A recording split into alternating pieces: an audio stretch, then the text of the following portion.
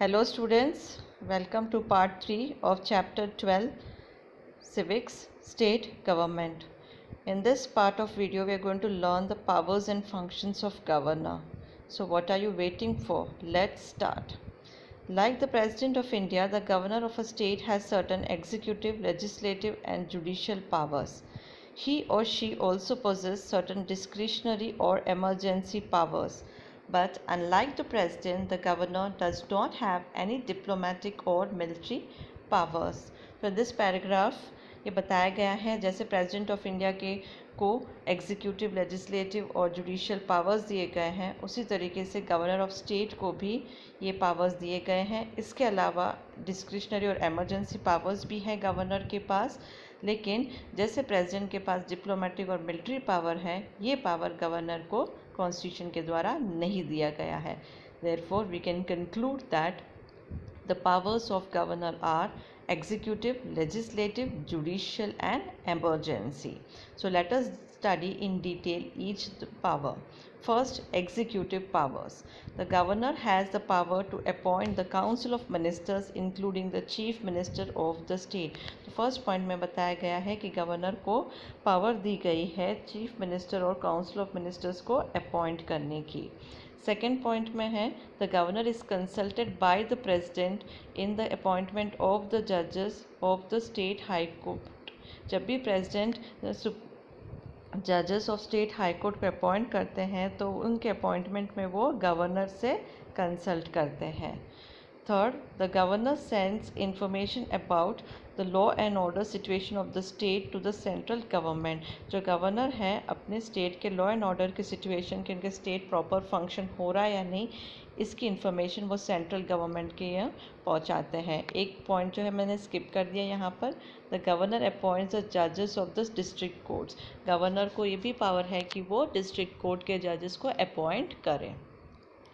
Coming to the next is the governor places the budget before the assembly. Governor को assembly के सामने budget पेश करने की भी पावर दी गई है कॉन्स्टिट्यूशन के द्वारा।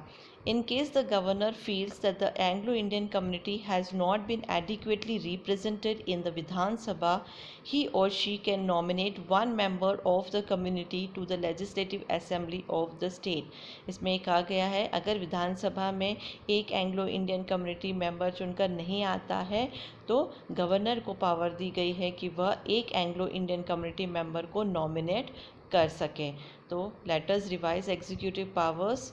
फर्स्टली पॉइंट में ये दे रखा है कि गवर्नर चीफ मिनिस्टर और काउंसिल ऑफ मिनिस्टर्स को अपॉइंट कर सकते हैं। सेकेंडली, प्रेसिडेंट जब जजेस ऑफ स्टेट हाई कोर्ट को अपॉइंट करते हैं तब वो गवर्नर से कंसल्ट करते हैं। थर्डली, गवर्नर जो है वो डिस्ट्रिक्ट कोर्ट्स के जजेस को अपॉइंट करने का पावर रखते हैं। नेक्स्ट, गवर्नर जो है अपने स्टेट के लॉ एंड ऑर्डर की सिचुएशन की इन्फॉर्मेशन सेंट्रल गवर्नमेंट को देते हैं। गवर्नर जो बजट है उसको असेंबली के सामने प्रेजेंट करते हैं। गवर्नर एक एंग्लो इंडियन मेंबर को नॉमिनेट करते हैं लेजिस्लेटिव असेंबली में। तो ये रहे आपके executive powers. Now coming to the legislative powers. A governor is said to be a part of the state legislature. Governor जो है स्टेट लेजिस्लेचर का एक पार्ट है। Although these are formal powers, in reality the governor must be guided by the chief minister and his council of ministers before making such decisions. Governor को कुछ powers दिए गए हैं वो फॉर्मल है, लेकिन रियलिटी में गवर्नर जो भी डिसीजन लेते हैं उन डिसीजंस को वह चीफ मिनिस्टर और काउंसिल ऑफ मिनिस्टर्स के गाइडेंस में ही देते हैं। यानी चीफ मिनिस्टर और काउंसिल ऑफ मिनिस्टर्स जो है गवर्नर को गाइड करते हैं किसी भी डिसीजन को लेने में। The governor inaugurates the state legislature.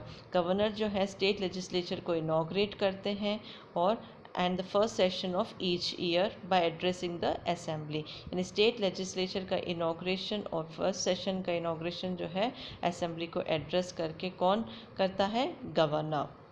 All bills passed by the legislative assembly become a law only after the governor approves them. जो भी बिल्स जो भी प्रस्ताव पास किए जाते हैं विधानसभा में या विधान परिषद में वो दोनों हाउसेस के मेजॉरिटी के बाद गवर्नर के पास जाते हैं और गवर्नर के अप्रूवल से ही वो बिल क्या बनता है? लॉ बनता है। Finance bill can not be presented in front of the state legislature without the prior sanction of the governor। इस पॉइंट में बताया गया है कि गवर्नर के परमिशन के बिना जो फाइनेंस बिल है, जो मनी बिल है, वो स्टेट लेजिस्लेचर में प्रेजेंट नहीं किया जा सकता।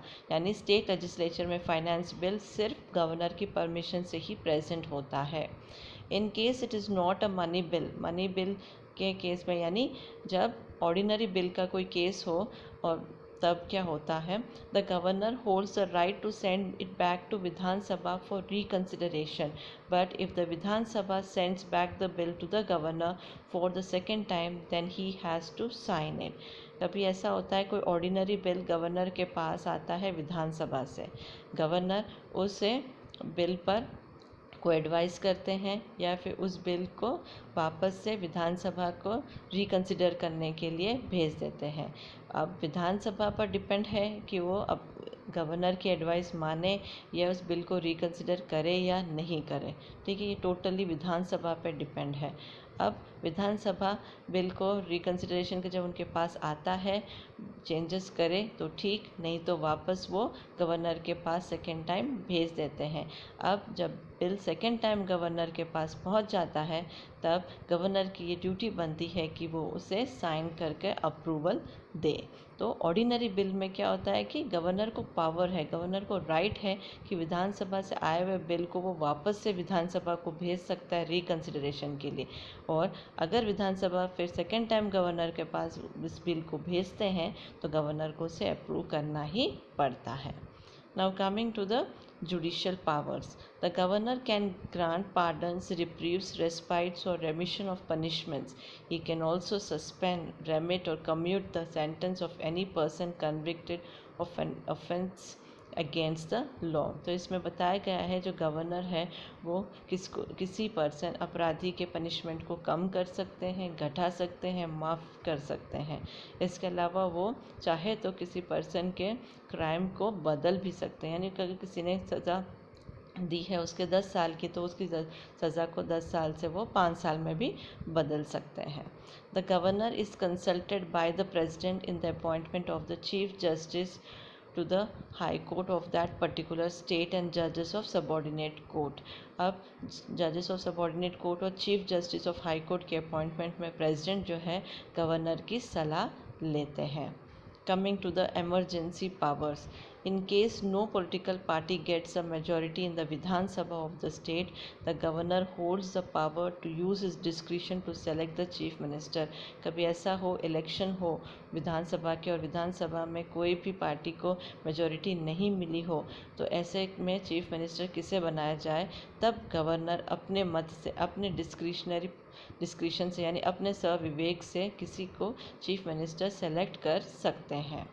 The governor in emergency situations overrides the advice or function of the council of ministers and directs upon himself the working of the state। जब कभी किसी स्टेट में कोई इमरजेंसी सिचुएशन आती है, तब उस स्टेट के गवर्नर वहाँ के काउंसिल ऑफ मिनिस्टर्स के जो एडवाइस या फंक्शंस होते हैं उसे निरस्त कर देते हैं, यानी काउंसिल ऑफ मिनिस्टर्स अब कार्य नहीं करेंगे।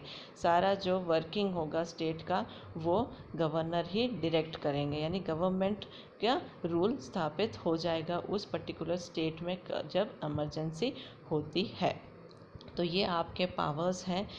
इस बार वीडियो को वापस से रिवॉच करें। किसी भी पावर्स में कोई डाउट हो, नहीं समझ में आए तो प्लीज़ कमेंट बॉक्स में राइट करें, लेकिन वीडियो को बार बार देखें और अपने रीडिंग लगाएं लेसन की। Thank you.